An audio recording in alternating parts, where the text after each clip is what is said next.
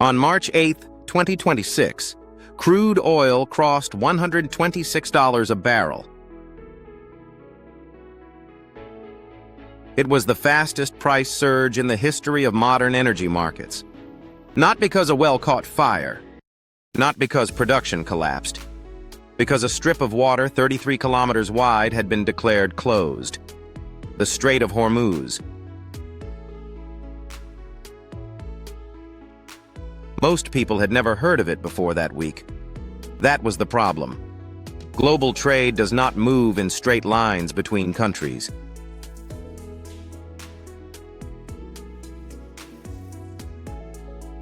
It funnels. It narrows. It squeezes through a small number of maritime passages where geography makes alternatives unthinkable. Block one of them, and the consequences radiate outward in hours, not days. There are 5 of these passages. 5 points where the ocean narrows to a width that a single hostile actor can threaten. 5 points where the density of shipping means any disruption reverberates across continents. 5 points where the volume of cargo in transit represents a meaningful fraction of what the global economy needs to function. Each one is different. Each one is irreplaceable. And each one is, in some form, under pressure right now. The first is the one that started this. The Strait of Hormuz sits between Iran to the north and Oman, and the UAE to the south. At its narrowest point, it measures 33 kilometers across. The usable shipping lanes occupy 2 corridors of roughly 3 kilometers each, one inbound, one outbound. A 3-kilometer buffer zone separates them. The margins are tight. On both sides, the coastline belongs to countries that do not always share the same interests. Through those corridors in 2024, passed 20 million barrels of crude oil every single day. That figure represents approximately 20% of global petroleum consumption. 1/5 of everything the world burns. Not 1/5 of a single region's supply.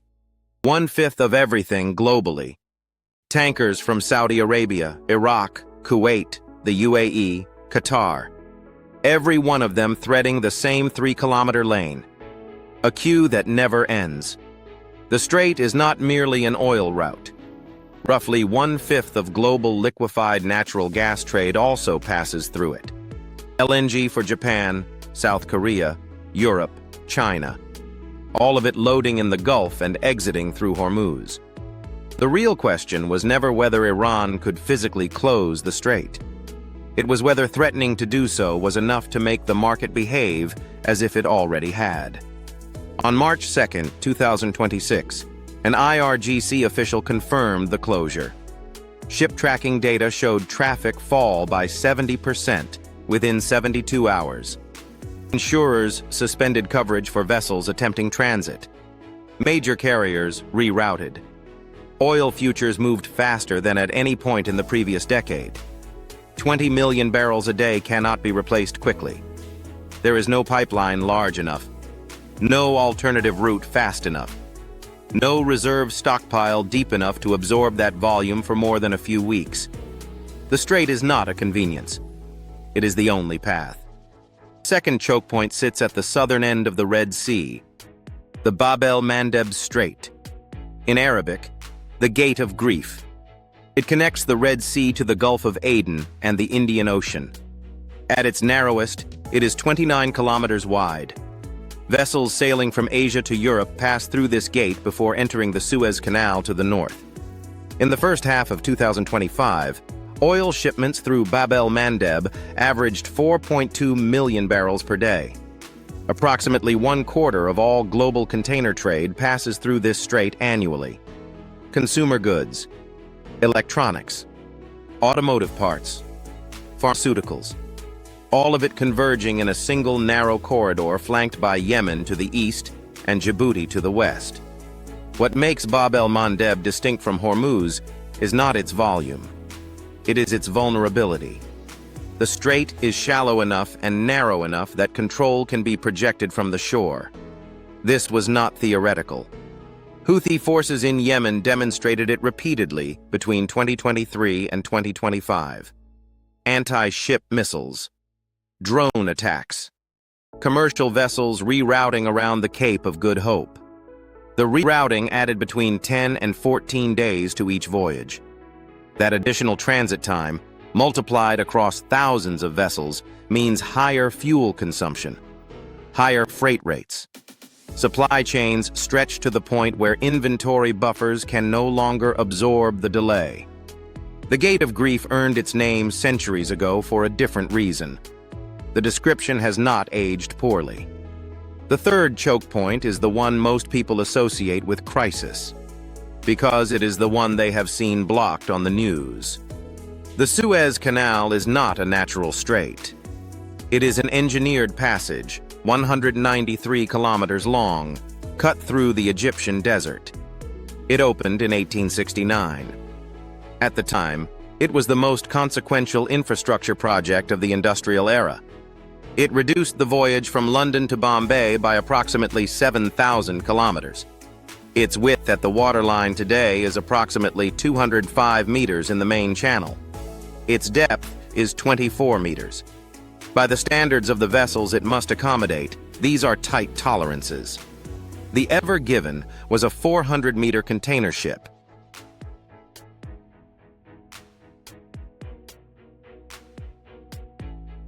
In March 2021, it lost control and sat diagonally across the canal. For 6 days, one of the world's most critical passages was blocked by a single ship.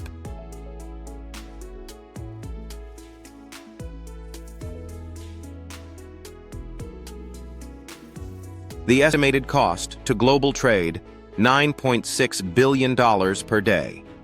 In 2023, approximately 22,000 vessels transited the Suez Canal annually.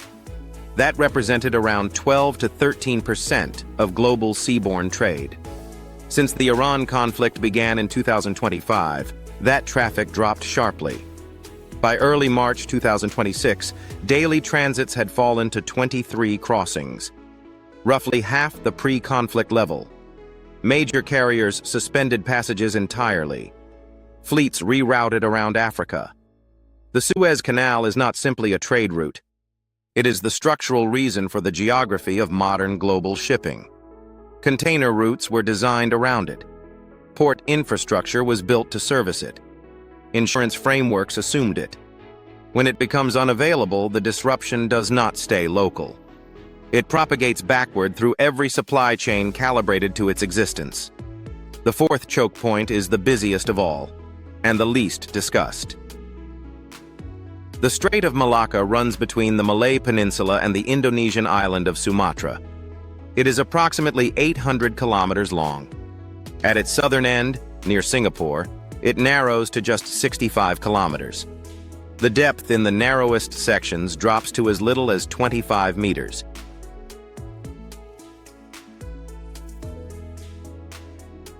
Shallow enough that the largest supertankers cannot use it fully loaded.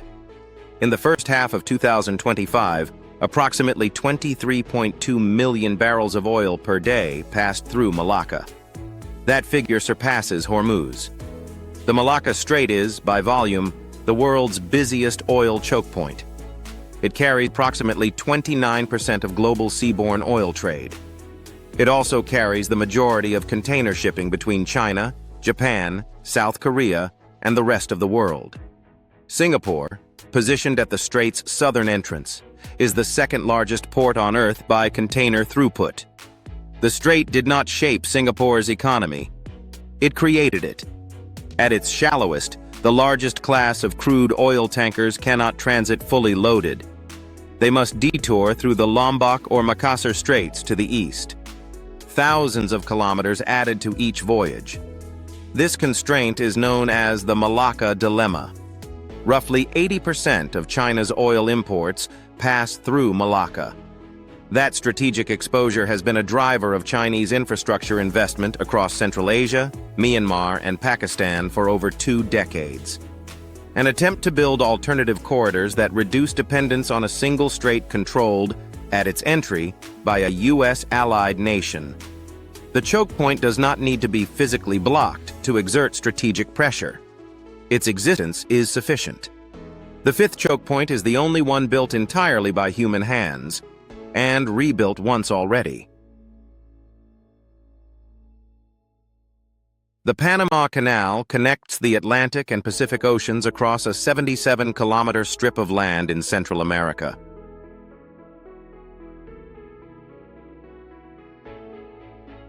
It does not operate through a continuous channel.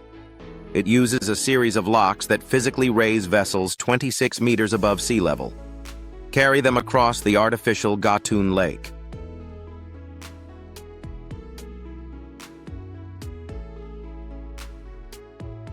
Then lower them again on the far side.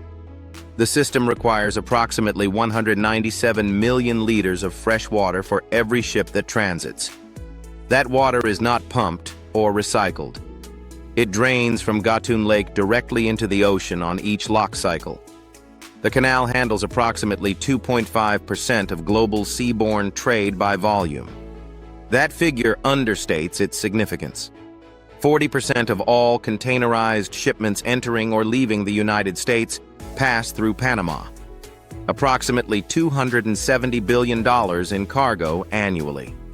For certain trade routes, U.S. East Coast to Asia, South America to the U.S. Gulf Coast, the Panama Canal is not merely preferred. It is the only economically viable option.